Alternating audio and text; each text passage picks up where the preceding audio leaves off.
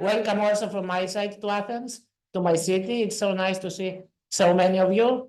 I hope you forgive that the city is messy, it's dirty, and it's inaccessible, and and that you appreciate that it's welcoming, it's diverse, it's vibrant, and that you can do many things anytime. So it's every city, it has positive and negative, but we are very happy to have so many of you, and we heard it's a record of people coming to ESPD conference, which is great, and we need it in Greece, so it's good. I am Kamil Goungor. I work for the European Network on Independent Living, and I also chair the Greek Independent Living Organization, iLiving.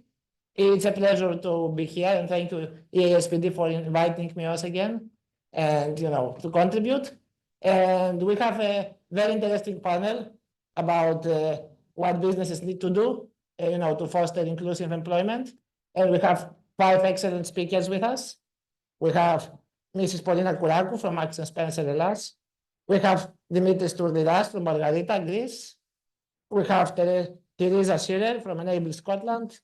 We have Wilfried Kainz from Zero Project. And we have Ioanna Profyri from SMEunited. And some other initiatives I always forget. So I hope the session is good. I know we are a bit late with the time, so you are a bit lucky. You will not hear my voice as much as I would like you to hear it. It's annoying, I know. So I will go directly to our speakers to save a bit of time. Maybe just to say that from our perspective, from the European Network on Independent Living, employment is super important and crucial. It's one of the pillars when we talk about disabled people being independent and being able to have choice and control over our lives. We need a lot of stuff. We need personal assistance. We need the institutionalization to be in place. We need accessibility, of course, many things, but we need also access to employment, opportunity, to access the labor market and to have equal opportunities with everyone else.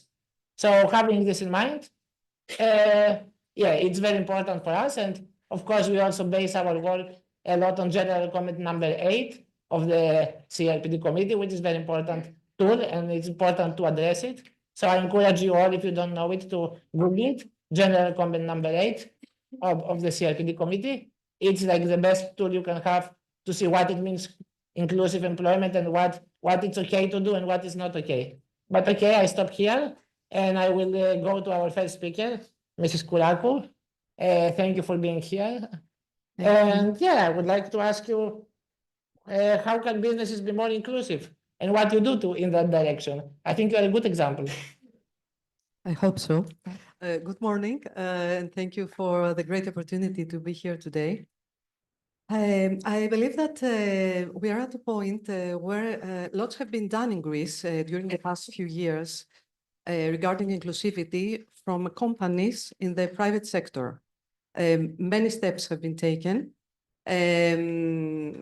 regarding ensuring inclusive working environments, but there is still much room for improvement regarding people with disabilities.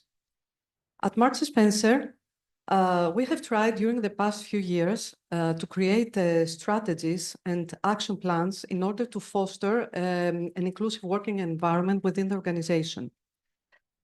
We have done many things. I believe that we have no boundaries regarding, first of all, recruitment, regarding age, gender, whatever is the characteristics.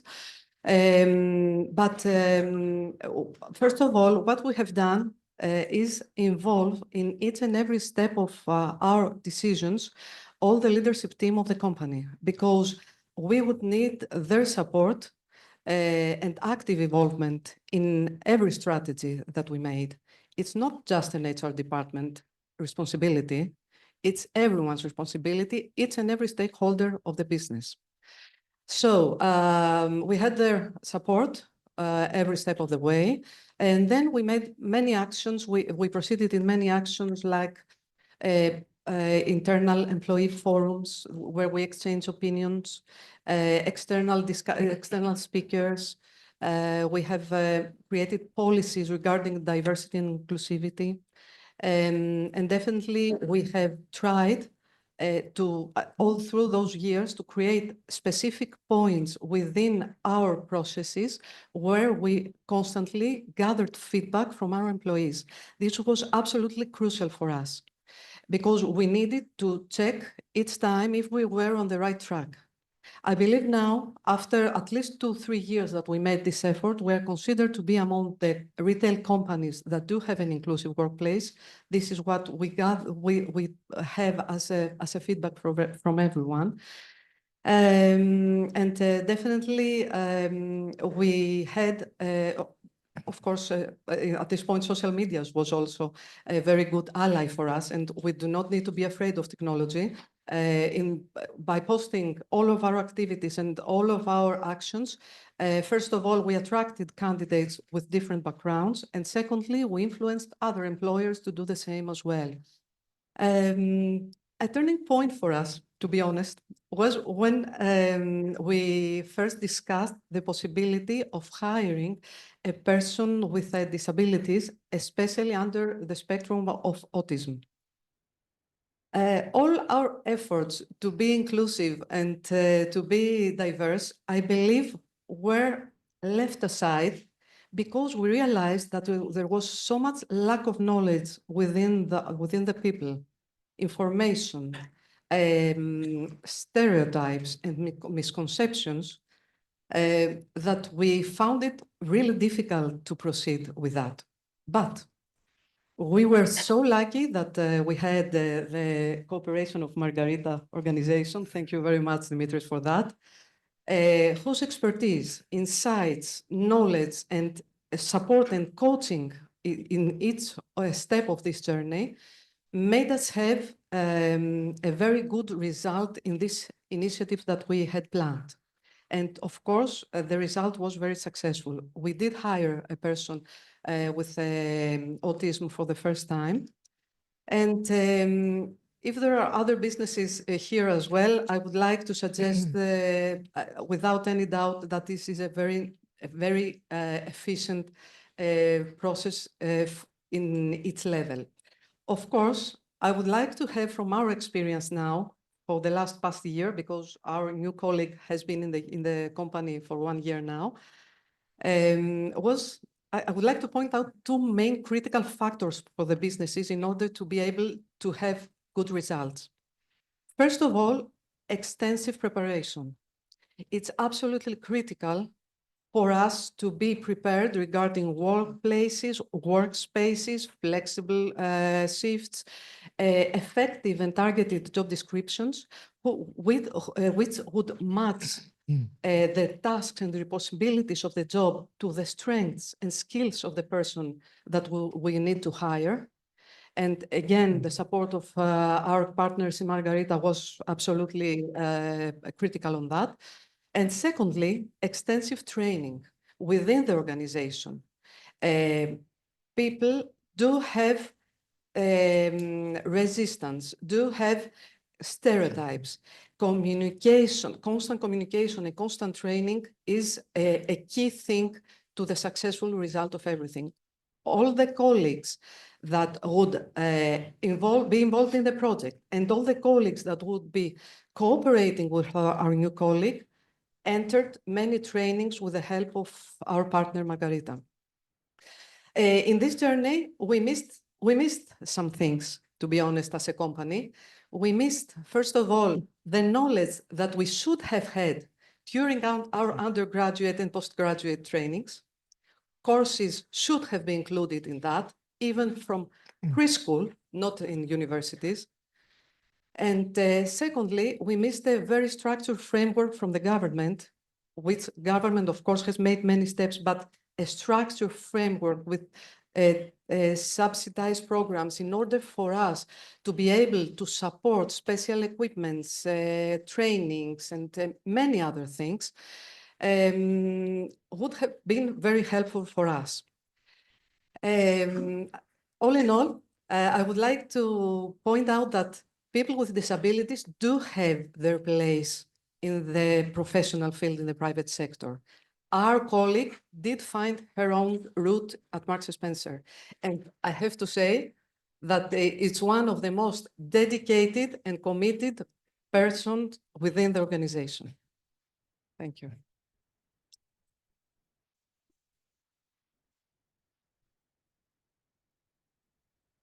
Thank you, Mrs. Kourakou, for sharing your journey with employing, for sharing your experience and your journey with employing disabled people in your company, and also stressing the two factors of preparation and training. And I mean, I guess it's many more. Accessibility is also one of them, and a lot of other things. But it's very important that it is happening and it's possible. And it's very important to put light on these examples to show that there are companies doing it, because sometimes we don't know it and we think, oh, no one will employ us or something like that. It's also good for us, disabled people, to know that, to give it, so we can feel more optimistic that we can go and apply and not feel that, we don't have any chance. So that's also important, but also for the companies. And of course, it's important to work with disabled people for that, because otherwise it's not working well. But we are limited on time, so I'll go directly to Dimitris. You mentioned Margarita, so I will continue with Dimitris Tourlidas. And Dimitri, in your experience, yes, working with businesses, what do they need? And also, what do service providers need to support the businesses? Thank you. Yeah, I guess many things, but we have 5 minutes. Is it open? Yeah, you hear me? Okay, thank you. Thank you, Polina. You have already mentioned half of what I wanted to say, you and the previous speakers. Like Mr. Cristobal, I want to use some of your words: mindset, visibility, and productive, but at the same time inclusive. So in our experience at Margarita, working more or less 40 years in the open labor market and vocational rehabilitation of people with intellectual disabilities and ASD, there are many things actually that we can see that businesses need. We as service providers tend to focus a lot on what we know about disability and about vocational programs, and sometimes we forget the other part that is twofold, that is businesses' needs. And it's true that knowledge is key, knowledge about disability. It's not easy to proceed with hiring methods and hiring people with disabilities if they don't really know what disability is. There are many regulations and reports and everything that, let's say, force and quota systems that force enterprises to employ people with disabilities. Some of them do, some of them don't. But the key is not only to hire a person with disability, is to retain the person in work. And there are many things to do to proceed in that. We are talking with HR departments, marketing departments, diversity, equity, and inclusion departments, CSR and ESG departments, and there is not so much yet the mindset behind inclusion, but there are policies inside the enterprises. So there is a bit, of lack of balance. We have policies, but we don't really know how to implement. They also need to know, apart from knowledge on disability, they also need to know that they can get support from service providers, support like job crafting, job carving activities that we do together, support like job coaching before, in the period of working, and the ongoing support in order to retain the person in the open labor market. These are key factors. And what we can do on that, for example, service providers, in my opinion, and in our Margarita's experience, we need, for example, to enter to universities. There are HR bachelor and master degrees, MBA degrees, and everything that has to do with business sector. But we don't really know, based in our research, HR master and bachelor degrees that focuses, for example, in inclusive hiring methods or inclusive processes inside. There are people with disabilities working that should participate, I don't know, as guests in these programs and talk about that in the level of education. We need to have common activities with enterprises, something that we are doing at Margarita.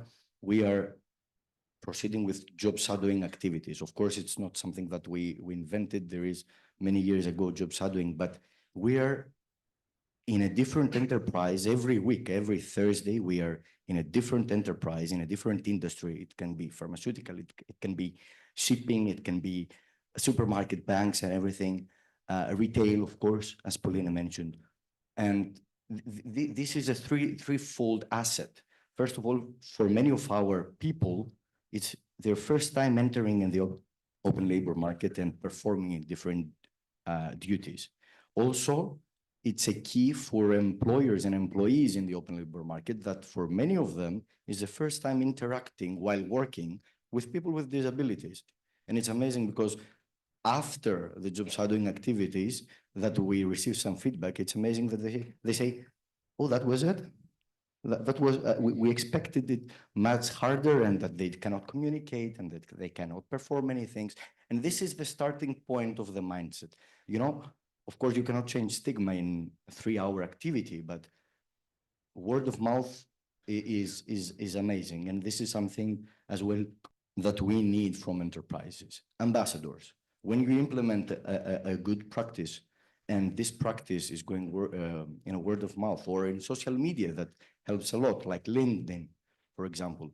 In the last year, there are many enterprises that came to our door instead of us going and knock their door, because they saw in social media other enterprises sharing best practices with us, but with also different service providers working in the field of disability. This is amazing. Also, we need visibility. We need to participate in career days. And I want to share a fun fact, but also a sad fact that happened last year. We were in a career day with 2 people with disabilities, potential employees. And there was an enterprise told us, thank you, 2 minutes. There was an enterprise told us that, you know, this is not the way for you to be here. This is not the place for you to be here. No, this is exactly the place for us to be here in a career day for people searching employment. The General Secretariat for Social Solidarity and Combating Poverty mentioned before that we all benefit from supported employment, and it's really true. There are many things that I could talk a lot, but I have 1 minute left. We need also to formulate with employers, organizations, trust, because, you know, knocking every door of a different industry and different companies is good, but if you partner with employers, organizations that they are members and they have policies implemented to their members, it can change a lot. And definitely, and I'm closing, we need a legislation that permits the deinstitutionalization and then the support for both people with disabilities and employers, public and private sector, to implement activities outside of our facilities. Thank you.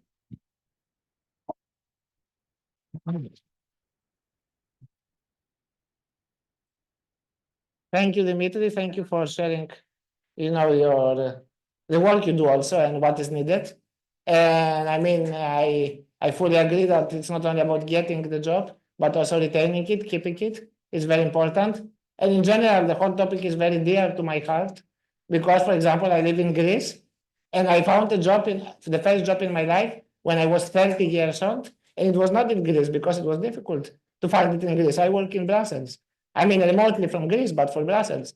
It's very difficult to get a job in Greece when you are disabled people. And I have been to these career days you mentioned.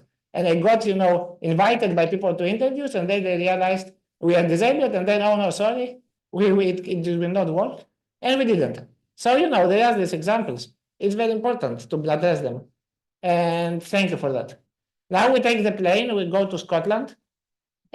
I mean, it's 4 hours flight, so take some. So yeah, be prepared. To Theresa, welcome in Athens. And Welcome. Yeah, you are both service provider and also employ disabled people in your company. So what you need, you know, to do that, and yeah, how you are addressing, you know, the needs of disabled people. Firstly, thank you, Kamil. Can you hear me okay? Yes. Thank you, Kamil and ESPD and the net. And thank you to our European colleagues. We like to start these sessions by saying Scotland did not vote for Brexit, so we are very clear that we are here today at your invitation, and we thank you very much for listening to our experiences, and we hope to share those with you. Kamil is right, we are both a service provider, so an employer of people with learning disabilities, but what you can see from the slide there is that ENIL does three things. So the three things that we do are we provide health and social care to people using a personal assistant model, but today is not the day to talk about that, but I'm happy to talk about that throughout the two-day conference. We have ENIL Works, which supports people into education, training and work, and ENIL Communities, which is our work on policy, government and self-advocacy. And with that work, we are delighted to work with my colleagues at Inclusion Europe on supporting people to have their voices heard. But in terms of ENIL Works, I think that's a really important thing to talk about today. And the question posed by Kamil is, what can businesses do to be more inclusive? Our experience, both as an employer and as someone who works with over 2,000 employers every year and supports 9,000 disabled people every year into work or education and training, would be threefold. We like to keep things quite simple in Scotland. So our three things that we talk about that really make a difference in terms of changing the numbers are culture, competency, and collaboration. So I'll start with culture. What do we do as an employer, and how do we support the private sector in particular to think about the culture of inclusion? We would argue there is a moment in time right now where DE&I is a huge movement across the globe, not just in Europe. DE&I typically focuses on gender, race and ethnicity, and socioeconomic and social mobility issues. We have found that by using DE&I to work with people departments and HR departments, we can really open doors that were typically and traditionally closed when it comes to disability employment. There has never been a better time for organisations who are involved in employability to speak to employers like Marks and Spencer's, the major organisations, both global, national and local, around why DE&I must include disability and particularly learning disability. So the culture of the moment is an opportunity for all of us, and part of our success at ENIL in terms of supporting people into work has really been to use that movement and to leverage both the social media, the policy, and the availability of inclusive employers who are really thinking about DE&I more generally. The second thing that we talk about is competency. Competency, I think, is a kind of, obvious word to say, but Dimitris talked about it earlier, the competency of our universities, the competency of our skills and training organisations. How do we work with organisations, and particularly universities and government institutions, to ensure that we have the skills available to support disabled people into work? One of the proudest things we do at ENIL is actually working with some world-class business schools, not to necessarily have a master's in inclusivity, but actually taking it a step further, we support young people with disabilities to access those universities. Now, that's something that is quite different. And I was thoughtful to Christabel's example earlier, where we had people with disabilities working, helping with the plants, helping with the food, helping with the driving jobs. I would say that we perhaps have to be a little bit braver than that. And our examples in Scotland are around having young people with learning disabilities access those universities as students and as learners. Now, that has been very challenging and quite difficult for us as an organisation. But with the support of our government, we've been able to move the dial. So in the 4 years that we have run our Breaking Barriers university programmes, we have moved participation from 4% to 8%. So that competency of our institutions and that competency of those organisations that we work with is hugely important. Thirdly, the thing that I would talk about is collaboration. We at ENIL talk about collaboration in terms of DE&I, not just in terms of the NGO sector, but particularly in terms of the government sector, influencing government policy. In Scotland in particular, we've seen a move away from sheltered workshops and sheltered environments into a real focus on open labour market recruitment. our entire work is based on open labour market recruitment. So we work with each individual to support them into the job of their choice. And again, I think whilst that is quite common in terms of NGOs, it certainly isn't common in terms of some of the public sector work we see, particularly in sheltered workshops. So collaboration with government on policy is very important. Collaboration with other NGOs. ENIL in Scotland is one of the largest NGOs in the country. I think we're actually now the largest NGO in Scotland and one of the largest in the UK in general. However, that does not give us a monopoly on competency. And one of the things that we do very well is we work with many other NGOs, particularly NGOs like Margarita, where there's very specialist knowledge, either in visual impairment, autism, mental health.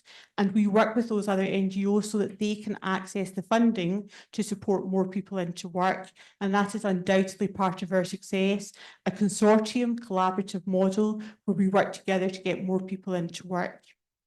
And finally, we can't talk about getting people into work in the open labour market without talking about the private sector. So I was delighted to hear about the Marks and Spencer's example. We too have many, many examples of working with large employers to support people with disabilities into work. I don't think I've got 5 minutes left. I think it might be 1 minute. Yes, but thank you. I could talk more. So in terms of working with the private sector, the thing that's very important for us, the Scottish economy is probably not hugely different to the rest of Europe. 80 to 85% of our work is with small and medium enterprises. So whilst we work with Scottish Power, Iberdrola, with global companies, global tech companies like Dayforce, one of the things that we're very, very focused on is making sure that our people who work within ENIL Works actually access that SME marketplace, because we will not change the number of people who work in the open labour market recruitment stats if we rely on people like Marks and Spencer's, with all respect to Marks and Spencer's. If your economy is made up of 80 to 85% SMEs, then actually it's the hearts and minds of those SMEs that we have to change. So collaboration with government, collaboration with other NGOs, and collaboration with the private sector in all of the institutions in the private sector, not just the large high street names, is very important. I hope that's helpful. And I could talk for another 5 minutes, but I think Rachel has given me my final warning. Thank you.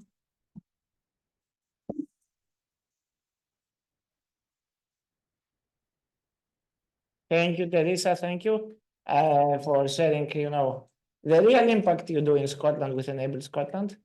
And also the 3 key points you mentioned: culture, competency, and collaboration on all levels. I think all of them are equally important. And, if you have all of them, you have a good recipe to employ disabled people. So thank you for that. And yeah, it's nice to, I also will stay in the things that you said. We don't have the monopoly, which is very important. That is not only one organization doing everything, but it's important to have this cooperation with others. And, which we are not the best in this in Greece. Sometimes we want, to do everything by ourselves. And we are not, not only in Greece, of course, but yeah, I live here, so I know here. So it's very important, and that's why I'm staying in this. But now I take the plane and I go to Vienna, to Wilfried. Usually, Wilfried, you invite me, you welcome me in Vienna. Now I welcome you in Athens. It's very nice to have you with us. With the Zero project, you do a lot of stuff. And employment is one of these key topics you have every 4 years. I think it's 4 year round, right? So employment comes every 4 years on the epicenter. I think next year actually is the upcoming one is on employment. And we will hear many good examples in the upcoming Zero project on employment. So you should all go there. I will be probably. And so you also hear with your work on global level about many tools and many things. Maybe you can share some new tools, that help businesses employ disabled people. And also maybe you can tell us how service provider can benefit from these tools. Thank you so much. Thank you, Kamil. Thank you, SPD, for the invitation. I would like to start off with 2 words about the Zero project. Kamil already mentioned we are Vienna-based. We are an NGO doing research in the field of innovations for people with disabilities. We started more than 10 years ago. And if I look into the room, and congratulations on the organization of the conference, I see many acquaintances and people who are part of the network. The network at the moment is around 10,000 people globally. And we do this innovation in a research process where we take the four main topics of the convention. So accessibility, education, employment, and independent living and political participation. And a couple of years ago, 2019 to be precise, we decided also to include ICT. And as Cristobal just mentioned before, we think also that IT, the knowledge about IT skills, but also what's out there when it comes to applications and other innovations, let alone artificial intelligence, are of high importance for people with disabilities. So we have this research circle. It is this year on inclusive employment. We received 522 nominations from almost 100 countries, and through, let's say, the crowd intelligence of the network, a lot of people in the room helped us through various phases of peer reviews to select 75 awardees that will be announced on December 3rd. And around these 75 awardees, we will run the annual conference, which next year will be in March, for the first time in March, right down 5th to 7th of March at the UN in Vienna, where we discuss in different forms, in panels, in workshops, in couch sessions about this subject. So what are the findings? And I'm happy to reiterate on two issues which have been talked about. Jim, you mentioned education, and also Cristobal reinforced it. Yes, this is really of utmost importance in order to become employable, is the education, the general one, especially also the education one. Theresa, you already mentioned the structure of small and medium-sized companies. So in Austria and also part of the Balkans, we have an apprenticeship which is dual. So there's a practical purpose and also a theoretical. So people work and then go to school. And this is also very applicable of people with disabilities. And then, of course, the upskilling of IT skills. The computer, the tablet, the smartphone has become an instrument, also an assistive device in many cases, and upskilling IT skills is a tremendous opportunity. Our research has been finding, because it excels into another level, and tools like parts of artificial intelligence to support communication impairments are all already out there, and we need to make sure that we can cope with these events. So upskilling is the first one. The second one is communication to companies. I have a business background, and the business world is far away from the disability world. We have different languages, we have different modes of applications, but let's go out and talk to companies. Companies are ignorant, not because they don't want to, because it's simply not in their scope. And when they hear workplace accommodation, support, different other things, it's a totally different vocabulary. And this, as Dimitris said, is really important, because we and you as service providers, we are in the middle of this process. We have the connection to the people with disabilities, but we also have the connections to employers. So part of the really the good task to get more people from this really dismal rate of 25% is to go out and talk to companies. You as NGOs, you have investors, you have different communities, you have your own social surrounding, and it would be really, really important to go out and talk about employment for persons with disabilities. And the third one, and this is the one I'm happy you haven't heard, is the European Accessibility Act, which will come into force in June of next year. This means that products and services need to be accessible. It fights quite a bit, so there's penalties up to 1 million. And we think it will be a very, very good opportunity to put the disability topic really outside a little bit of our bubble, if I may say so, because companies, organizations will be forced to comply. As I mentioned, they are ignorant, they don't have the knowledge. We are the missing link. We have the knowledge, and we also have the opportunity to talk about people with disability. So please keep this in mind, the EAA, June 2025. And I would imagine that, or hope that, like we would have with the data protection issues 5 years ago, when suddenly everybody woke up and had no clue what to do. And let's take this opportunity and work in this direction. Thank you.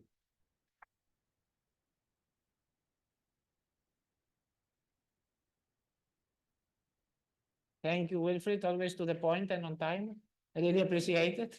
So thank you. And yeah, I will stay from what you said. Again, a lot of interesting stuff, but for the sake of time, for the mention of the EU Accessibility Act, it's very important to acknowledge that there is this initiative and that we can benefit and, you know, share also experiences with this. It's a pool of of many important examples and, you know, ideas. And not only on employment, but here we talk about employment.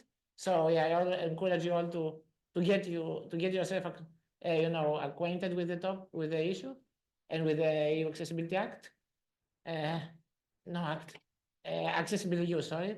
Well, anyway, doesn't matter. I always confuse these European acronyms and stuff. But that's it when you have limited time and you want to do everything fast. But now so with this in mind, I go to our last but not least speaker. And to Ms. Ioanna Profyri. Probably I killed your name the first time, so I apologize for that. I hope now I said it correctly. And you are representing a small scale businesses. So we heard, for example, from Marks and Spencer and how they are doing, but they're a big company. So maybe you can share us what small businesses need and how can we support you to get more disabled people, you know, into your workforce. Thank you very much.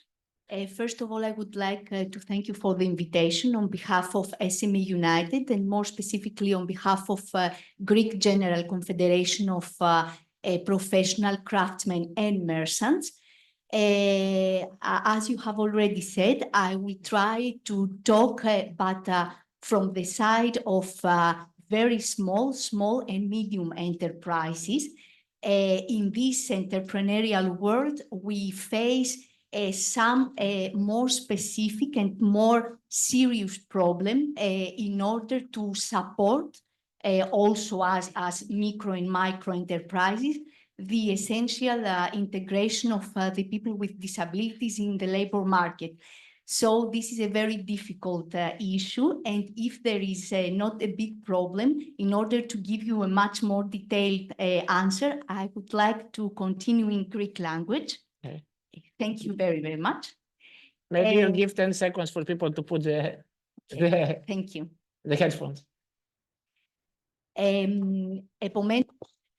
Having said that, we do agree that it's very important for the business world, especially the very small enterprises and the SMEs. It is important for them to have this debate about eventually having people with disabilities join the labor market as fast as possible. This is interesting to all parties, and this can be a win-win situation for everyone. Just like, as the previous speaker said, this is not just a moral issue. Even the ministers this morning said that this is pertinent to our economy and our societies. And please don't get me wrong, this is also a matter of competitiveness. By now, small and very small enterprises, and SMEs, of course, or medium-sized enterprises, need to be more competitive. It's true that we owe a big chunk of our GDP and our overall economy. We owe it to the big enterprises, but I think the backbone of the Greek economy, at least, is the SMEs and the very small enterprises. So let's acknowledge that much. Moreover, the SMEs in Greece are actually fostering employment because they are creating new jobs. That is why it's very important for us to have this conversation with the world of the people with disabilities. Nowadays, we are up against another big challenge. There is labor shortage.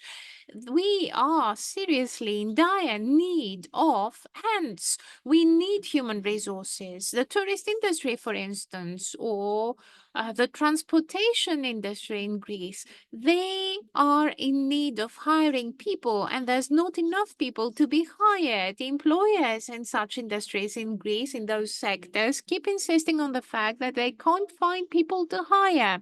So people with disabilities are our fellow citizens who are walking down the same path as us. They have skills and abilities, and unfortunately, they have not been tapped. And in my personal point of view, they have a lot they can give. And a third issue that we have to bear in mind is, allow me to just put an asterisk here. I'm going to refer to something that is covered by the law maybe, but that is just theory. You see, there's this trend. Aim to create a labor market that will be as inclusive as possible. That's the trend, that's the effort theoretically. And the same goes, or rather the same applies to various working environments. This is also been assisted by the fact that we have teleworking nowadays, the gig economy. So we have this huge range of part-time jobs that are here to stay. They started back at the time of the lockdown and the pandemic, and apparently they're here to stay.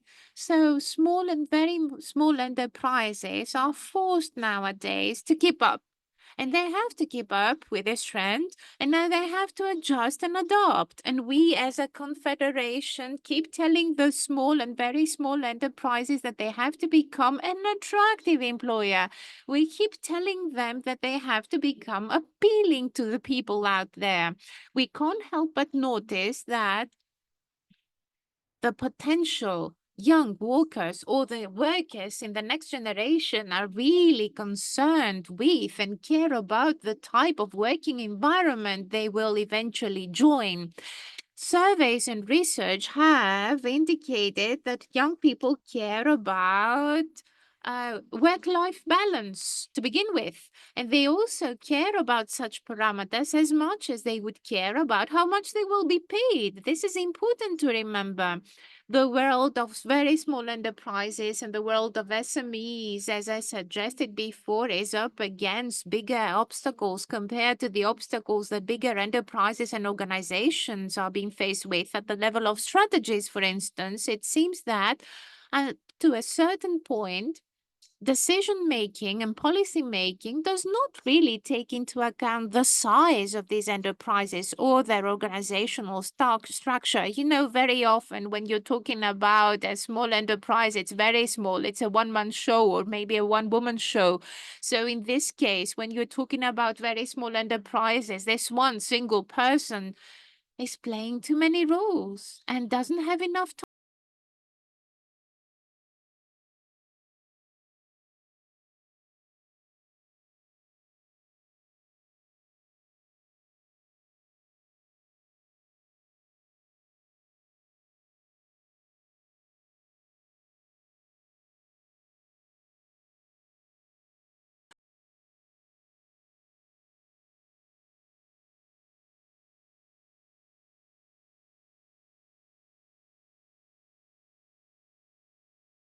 SMEunited would suggest that we focus on two pillars. I'm not going to give priority to the financial or economic aspect of things. I would rather insist on culture. Culture was mentioned before. It's very important. It's critical to us. It's important to not focus on the medical model of perceiving disabilities. It's important to focus on the social aspect of things. Let's do that to influence small entrepreneurs. To begin with, let's have workshops, let's have trainings, let's raise the awareness of people, let's have consulting, let's get subsidies if there are any, let's make sure that we better match the business world with facilities, foundations, institutions, and let's make sure that we also raise the awareness of people even at the level of schools. Even at the level of educating people properly or allowing them access to the educational system. Let's do that, and let's now also provide financial assistance to the people who would like to proceed with reasonable adjustments to the building since we want to encourage accessibility. Let's allow business people, especially the small enterprises, to proceed with adjustments, so give them motivation and incentives. Maybe tax breaks and incentives could be encompassed, because for a certain amount of time, maybe people who employ people with disabilities could be given an incentive to, say, not pay social fees and contributions. That's just one example. And let's also involve social entrepreneurship or promote it, because the relevant institutional framework for social entrepreneurship is not really clear, not until now. Lastly, let me insist that we need to have the various representative entities of business people. Let's have them on board. Let's make sure that they participate in such meetings and in such consultation. Let's get everyone on board. Let's get them to talk. The employers, the employees, the people with disabilities. Let's have a social dialogue. Let's involve all social partners in this effort in order to make sure that such themes will be higher up on the agenda whenever we have discussions.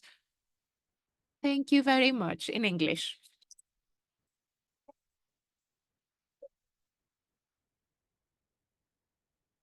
Thanks a lot. Thank you for sharing, the reality of the small scale businesses and the challenges. Indeed, it's understandable that very often it's more difficult for a very small company with limited resources in people or money, to have to do the same with a big company. But it's still important, to be inclusive. And as you said, I liked what you mentioned, that nowadays it's a trend. Let's say it's a sexy topic to talk about inclusive employment and labor market, but we hear everywhere and everything, also on legislative aspect. But one thing is theory and one thing is practice. And yeah, this is very good you mention it. And thank you for the work you do, all of you, the 5 of you. Now I think we have 5 minutes for a quick Q&A. I will ask whoever wants to ask a question to be very brief, and to raise your hand or whatever way it's accessible to you. Don't be shy. For 350 people, that's impressive. There is only one hand. Hello. And there was someone in the middle, I see. Yeah. Hello. Hello. Can you hear me? Yes. Giovanna Campuri from Estiagos Nikolos. It's a German and Greek organization. I was very inspired by all your positions. Is there anyone who deals with people in rural areas, and especially in areas where there's either very, very small businesses or just agriculture?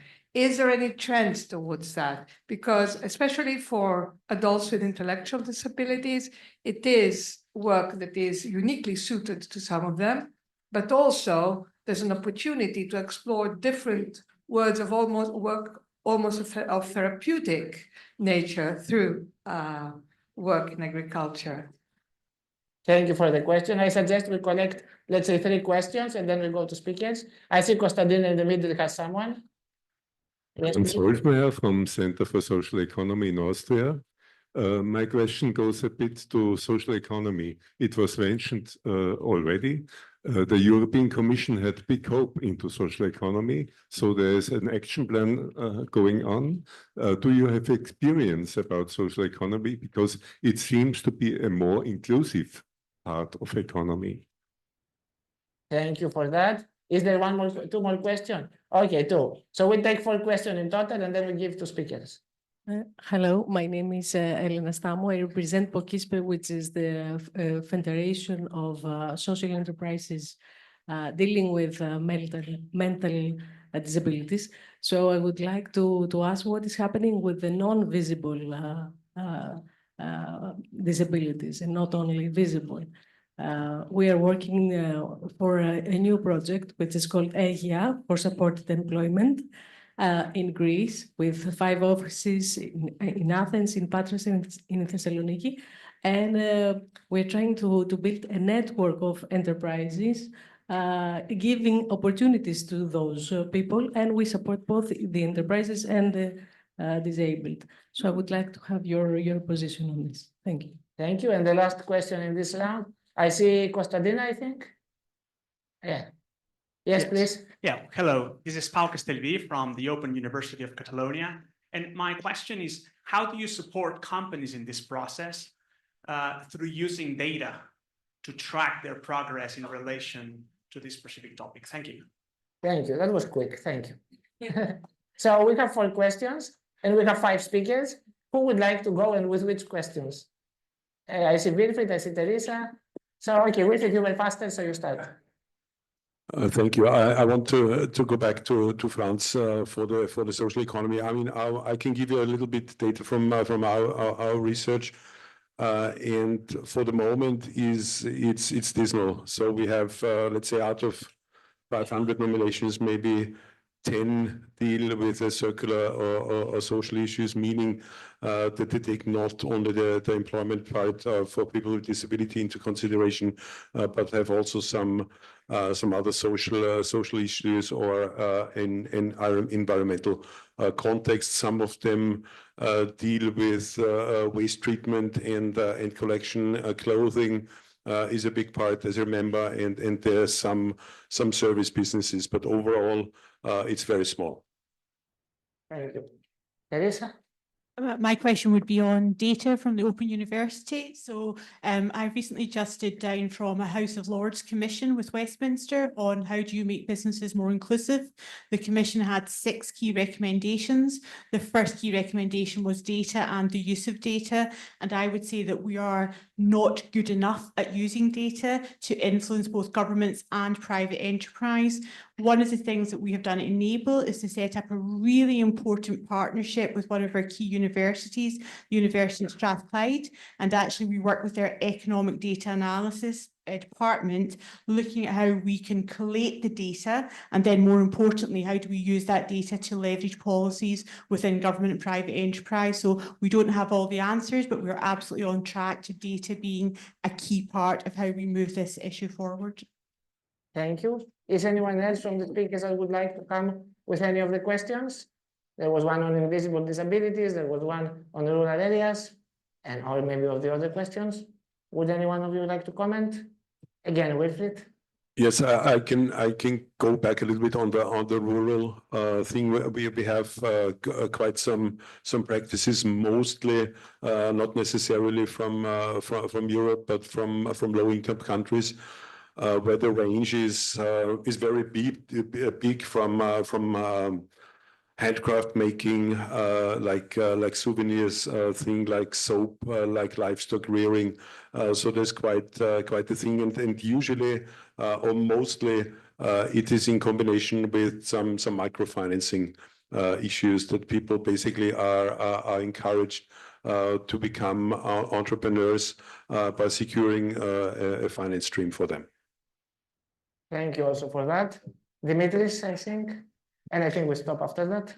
Yes. Again, on the same topic, I mean, there are service providers, at least, for example, in our example in Greece, operating in a specific place. For example, Margarita, we're operating in Attica, and other service providers who are operating both in some big cities and in rural areas.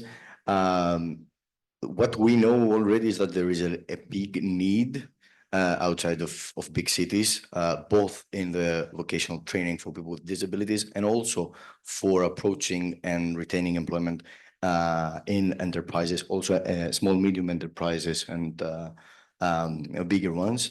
We have created a platform for job matching of people with disabilities and employers. And what we see already with data gathering from the platform is that there is a big need, bigger than in big cities, outside of, for example, in Greece, big cities like Athens and Thessaloniki. So there are service providers in Greece, but without the relevant legislation, things are difficult, and we are going to private investors to support us in doing these things. There are service providers who deliver training to other service providers in rural areas regarding supported employment. And these are initiatives that I already know 4 or 5 service providers are operating already. Thank you all. for your questions and for your answer. I think the one on the invisible disabilities was not really answered. I mean, it's a big topic. We need, to find also strategies and, and to not discriminate, because sometimes these people who their disability is not visible are the most discriminated into accessing employment and to have their needs made, because the employers will say, you are not disabled, you don't need, specific accommodations. So this is a very important topic. Probably it will be addressed sooner or later in the workshops, or even tomorrow. So now I think we will. Kamil, can I, sorry, interrupt for one Yes, very second? quickly. Can I make the offer to have the conversation off the platform on invisible Of course, disabilities? yes. So you can also approach all of the speakers in the breaks and in the socializing time, or in the dinner in the night, if you are up to that discussions. But now I will give the floor to our colleagues from ESPD to tell us what's next.